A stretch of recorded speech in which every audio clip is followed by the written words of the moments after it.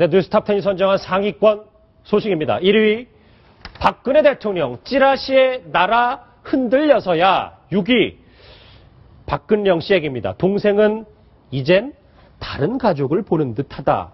자세히 하나하나 풀어보죠. 류진용 전 문화부 문체부 장관의 발언으로 정치권이 지금 발칵 뒤집혔습니다. 정윤회 씨가 그동안 국정을 농단한 정황을 전직 장관이 공개한 거죠.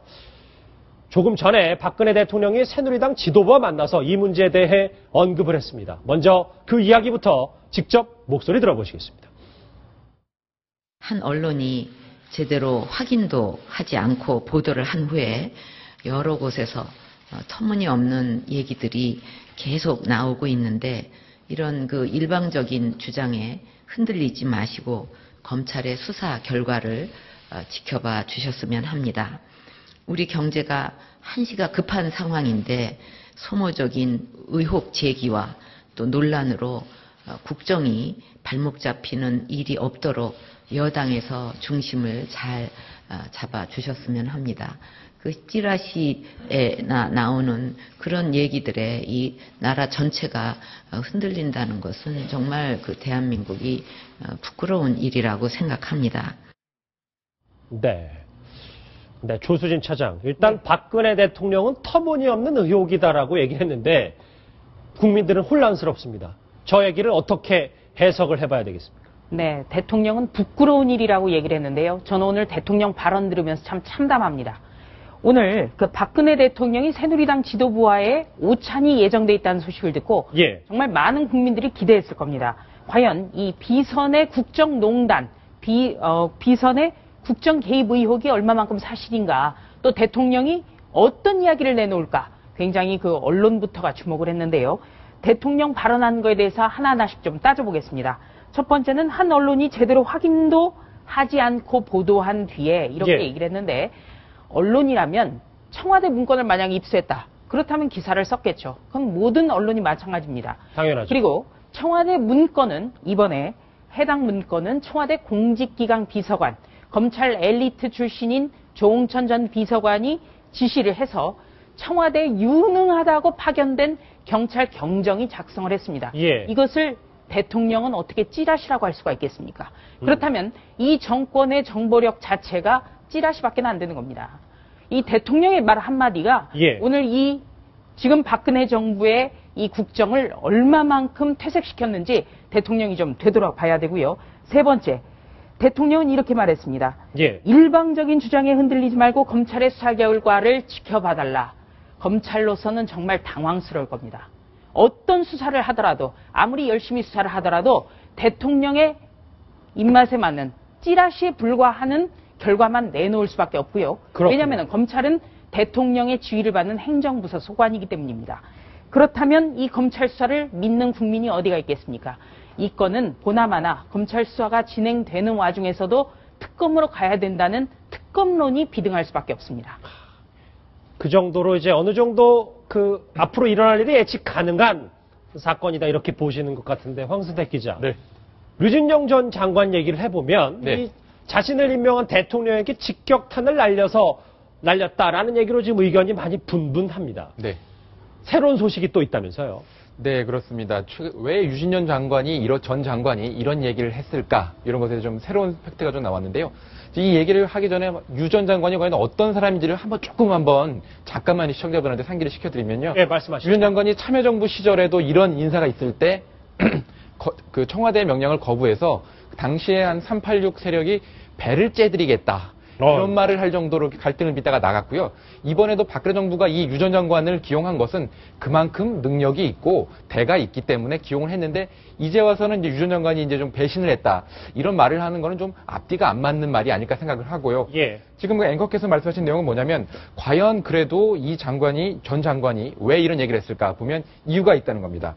김종덕 현 장관이 지금 박근혜 대통령이 무능하다고 지명한 두 사람을 향해서 지금 당시 이 사람들이 무능했기 때문에 잘린 것이다, 이렇게 얘기를 했거든요. 그 얘기를 좀 해주세요. 여기 보면. 근데 지금 그 문화부 고위 관계자의 어떤 증언이 나왔는데, 유 전 장관이 입을 연 것은 김종덕 현 장관이 노태강 국장을 무능하다고 한 데서 비롯된 거다.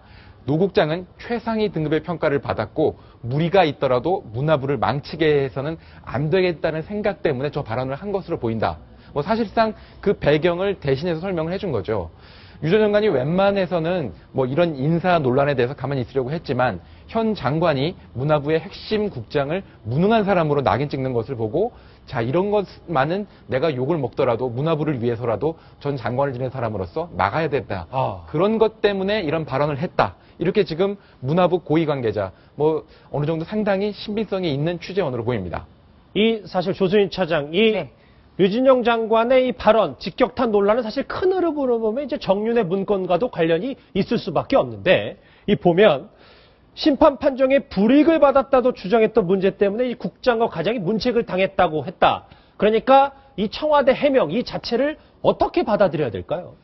글쎄요, 이게 청와대에서는 계속 문제가 없다는 해명을 내놓고 있습니다만 그 객관적으로 문제가 많은 것 같은 지금 정황들이 속속 드러나고 있죠. 그렇군요. 일단 작년 4월에 경북 상주에서 승마대회가 열렸는데 이 정윤회 씨의 딸이 이 승마대회에 출전을 했다가 2등이 되는 거죠.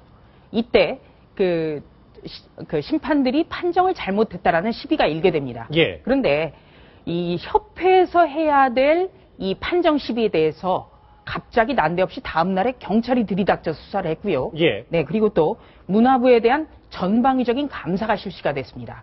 그리고 국장과 과장이 한꺼번에 교체가 됐고 또 유진용 전 장관이 장관 시절에 청와대에 갔을 때 박근혜 대통령은 국장과 과장을 지목하면서 참 나쁜 사람들 이렇게 표현을 했다. 이거를 유진용 전 장관이 얘기를 했습니다. 이런 상황을 어떻게 문제가 없다고 봐야 될까요?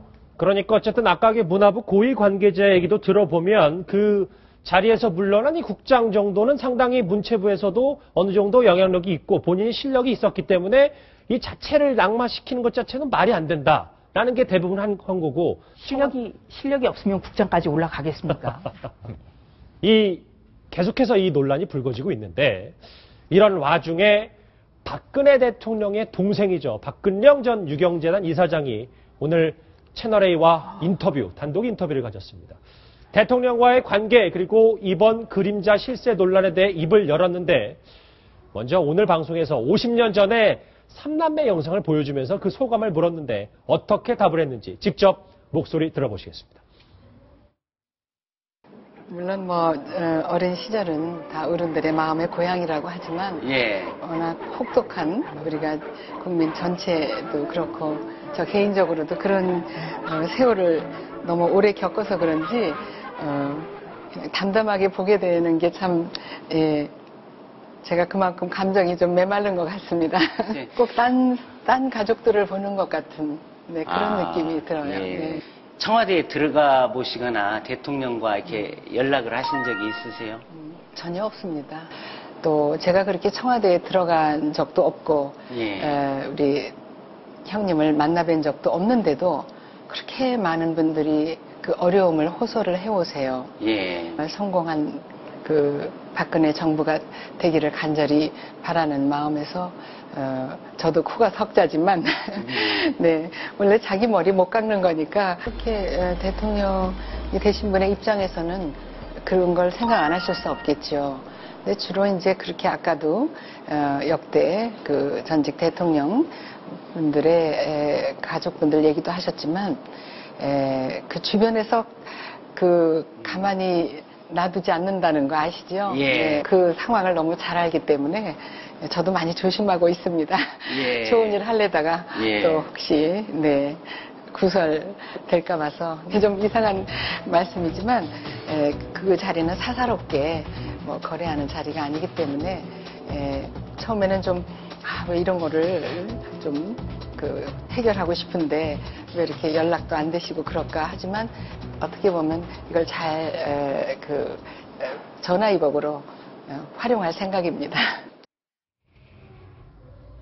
네, 집중해서 쭉 들어봤는데 조순인 차장. 네. 일단 뭐 여러 가지 느낌상 정말 그렇게 가깝게 지내는 것보다는 상당히 조심스러워하는 눈치가 역력한 것 같은데 한번 예전으로 한번 돌아가 보면 이 박근영 씨와 박근혜 대통령의 관계는 어떻습니까? 네, 어린 시절에는 참 돈독했고요. 예. 네. 그리고 이 박정희 전 대통령 서거 후에도 한동안 이 3남매가 의지를 하고 살았었습니다. 그런데 이 박근영 씨하고는 바로 유경재단 경영권을 둘러싸고 굉장히 그 갈등이 빚어졌고요. 예. 그 우여곡절 끝에 1990년에 동생인 박근영 씨가 유경재단 이사장직을 갖게 됐습니다. 그런데 이 2009년에는 박근영 씨가 남편 신동욱 씨가 이제 등장을 하는데요.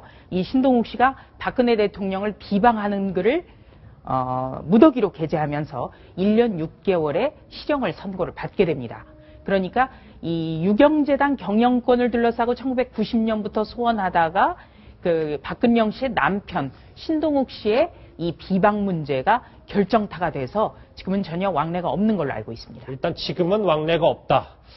자, 속도감 있게 한번 진행을 하는 뉴스탑 10. 지금 실시간으로 갑자기 SNS 시청자 돌발 질문이 올라왔습니다. 이 얘기를 지금 아까 방금 전에 했던 류진룡 장관 얘기인데 조순신 차장에게 질문이 방금 쓱 들어왔네요.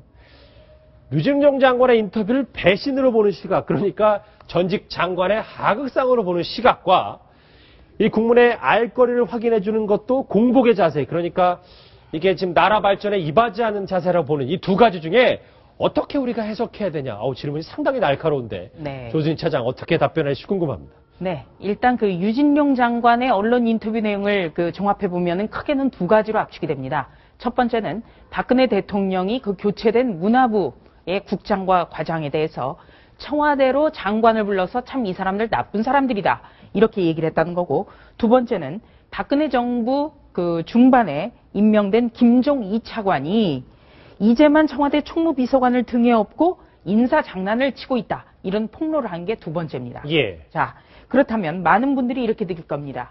이 장관을 한 사람이 그리고 현직 대통령을 그래도 자기를 임명해 준 사람을 이렇게까지 할 수 있느냐. 이거는 정말 배신 아니냐. 이런 시각도 물론 있을 겁니다. 그러나 더 뒤집어 본다면 이렇게 정권 2년 차에 자신을 임명해 준 대통령의 문제를 공개하지 않을 수밖에 없었던 어떤 사연은 없을까. 예, 거꾸로 나가면 모든 것이 박근혜 대통령의 이 인사 스타일에서 근본적인 문제가 빚어진 것 아니냐. 그러니까 대통령이 오늘 또 그래서 어떤 찌라시 뭐 이런 단어로서 검찰 수사 지켜봐라 이렇게 얘기했으면 절대 안 된다는 문제를 다시 한번 좀 말씀드립니다. 조순신 차장은 그러니까 유진룡 장관의 배신으로만 보기는 어렵다. 여러 가지 의미를 함축하고 있습니다. 다시 박근영 유경재단 이사장 얘기로 돌아가 보면 최근 논란이 벌어지고 있는 그림자 실세 논란에 대해서도 이 박근영 전 이사장이 입을 열었습니다. 뭐라고 했는지요? 언니 편을 들었을까요? 아니면 동생 편을 들었을까요? 직접 한번 들어보시겠습니다. 해당 부서에서 해야 되겠죠. 엉뚱한 그 어떤 사람의 이야기가 나오면 안 되죠. 그거를 해야 되는 데서 하면 몰라도 예. 지금 여러 가지 얘기가 도는 거는 그 해당 부서에서 미행을 했다는 얘기가 아니기 때문에 문제가 되고 있는 거 아니겠습니까? 다 뭐 저기 청와대에 안 들어가 있는 분들하고야 예. 수월하게 이렇게 또 통화도 하고 그렇게 하고 지내야 그게 부모님께 효도하는 거죠. 네, 누나 걱정을 많이 하고 있고요. 야. 또 그게 또 다 우리 형님께서 바빠서 서로 만나고 그럴 시간은 없지만 누나 다 잘 좀 돌보라고 이렇게 얘기를 많이 하신다고 그렇게 동생으로부터 전해 들었습니다. 언젠가는 대통령직을 그만두시고 예. 이제 사조로 나오시게 되면 그때는 뭐 자주 얼마든지 뵐 수 있을 텐데. 네, 저는 그 엉뚱한 사람의 이야기가 나오면 안 되죠 라는 부분이 귀에 쏙 들어오던데 조순신 차장 결국 네. 정윤회 씨 얘기하는 거 아니겠습니까? 그렇습니다. 그림자 실세로 계속 지목을 받고 있는 정윤회 씨 얘기를 거론한 것 같은데요. 예. 이 박근영 씨는 그 언니인 박근혜 대통령과는 아예 뭐 연락도 안 하고 지내는 걸로 알려져 있습니다만 이 박근혜 대통령이나 박근영 씨가 모두 이 남동생인 박지만 씨에게는 아주 끔찍하게 그렇게 생각을 한답니다. 그래서 이 박근영 씨가 아마 정윤회 씨가 자신을 미행하고 있다는 박지만 씨의 생각을 그대로 믿는 것 같고요. 또 박지만 회장 같은 경우에는 자신이 박지만 라인으로 분류됐던 사람들이 한꺼번에 올 들어서 잇따라 교체가 됐기 때문에 이 정윤회 씨가 비선 실세로 움직이고 있다라는 어떤 그 심증을 더 굳히고 있는 것 같습니다. 예, 그렇군요. 지금 보면 또 저희가 SNS 시청자 질문이 바로 올라온 것 같은데 따끈따끈합니다, 정말. 예, 한번 보면서 얘기를 해보겠습니다. 조수인 차장님께 두 번째 질문인 것 같은데 또 질문입니다. 이 류준영 장관 얘기를 상당히 시청자들이 궁금해하나 봐요. 유 전 장관이 러시아로 업무 출장 중에 공항 도착할 때 대사관에서 나와서 장관 면직됐다고 전했는데 사실인가요? 그냥 이 팩트 체크, 그러니까 사실 여부를 좀 알고 싶다고 하는데 조수인 차장님 답변을 해주세요. 야, 진짜 이 시청자분들이 정말 날카로워서 예, 앞으로 그 정치부 기자 하는 게 사실 쉽지가 않을 것 같습니다. 예. 네. 유준용 전 장관이 그때 러시아 업무 출장 중에 공항에서 나와서 이제 장관 면직됐다는 사실을 그 전해 들었다는 보도가 있었습니다만 그 유진용 전 장관에게 이 도착하기 전에 어떤 절차를 거쳐서 전달이 됐는지 그거는 알 수가 없습니다. 그러니까 사전에 박근혜 대통령이 미리 좀 양해를 구했을 가능성이 저희가 계속 알아봐야 될 것 같고요. 예. 유진용 전 장관은 하여튼 자신의 어떤 그 경질에 대해서는 상당히 좀 놀라워도 했고, 내가 이렇게 나가야 되는지 놀라워도 했고, 또 그 좀 당황한 것으로 알려져 있습니다. 본인은 일단 본인이 자리에서 물러나는 것 자체를 당황했기 때문에 저런 기사도 나오고 여러 가지 뭐 소문들이 끊이지 않는 것 같습니다.